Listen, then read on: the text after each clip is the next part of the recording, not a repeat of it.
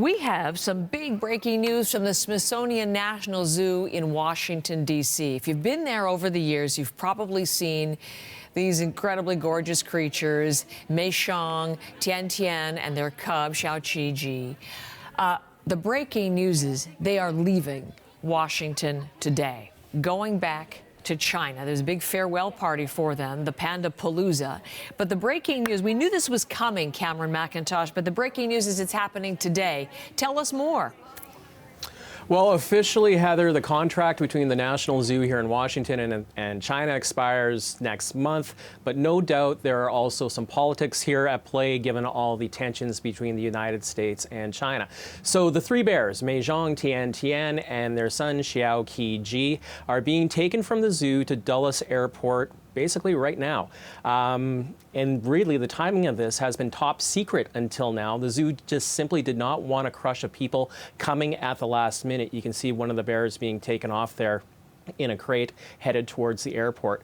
Now, this is certainly a far cry from the good feelings of 1972 when First Lady Pat Nixon first expressed her love for the animals. The Chinese government, sensing a diplomatic opportunity, gifted 2 bears. There have been other sets of bears here over the years, and over the decades they've drawn tens of millions of visitors, becoming a symbol of international goodwill. In 2013, the Chinese ambassador here in Washington remarked there were actually 2 ambassadors here, himself and the panda cub at the zoo.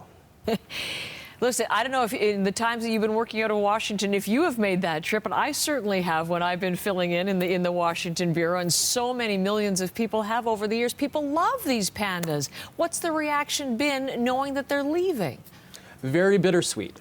We sent a producer out to talk to people visiting the zoo yesterday. They didn't know that the pandas would be leaving today, but some of them have been coming to see the pandas for years, and there's a real resignation and sadness to this.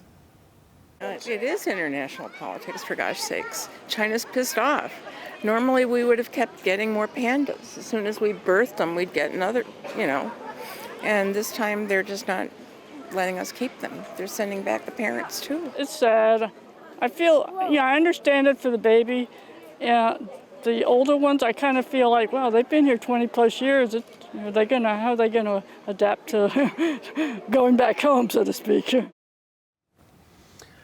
Now, as for the politics of this, interesting to see where China is sending bears these days. EU countries, the Middle East, places where China is looking to build relations. And there are still 4 remaining pandas here in the U.S. They're in Atlanta. They could all be sent back by the end of next year. Now, the Chinese president is meeting with President Biden in California next week. It's very possible this may come up given the symbolism of this amid all the other tensions between the 2 countries.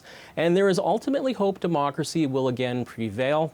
The National Zoo is about to embark on a $2 million upgrade to its panda facility, hoping that someday they'll be back. Heather? Cameron, this is a big story. People are going to be interested in this. Canada, of course, left Calgary, the panda, in 2020. I think there are some in Mexico as well, but an interesting story, and really appreciate your bringing it to us today. Cameron McIntosh is in Washington.